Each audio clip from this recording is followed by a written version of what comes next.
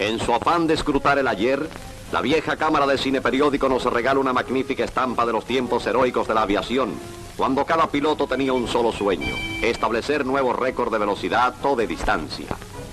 La ficha de archivo es imprecisa. Año 1925, lugar Colombia, aviadores desconocidos.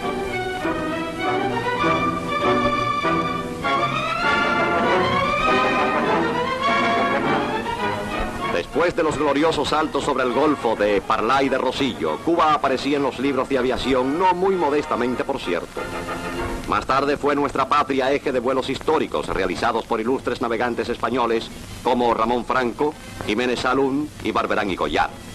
Años después, el capitán Menéndez de la aviación naval cubana cruzaría también el Atlántico en frágil máquina. Nuestra tradición aérea es larga y copiosa, una verdadera epopeya realizada a veces al precio de la sangre.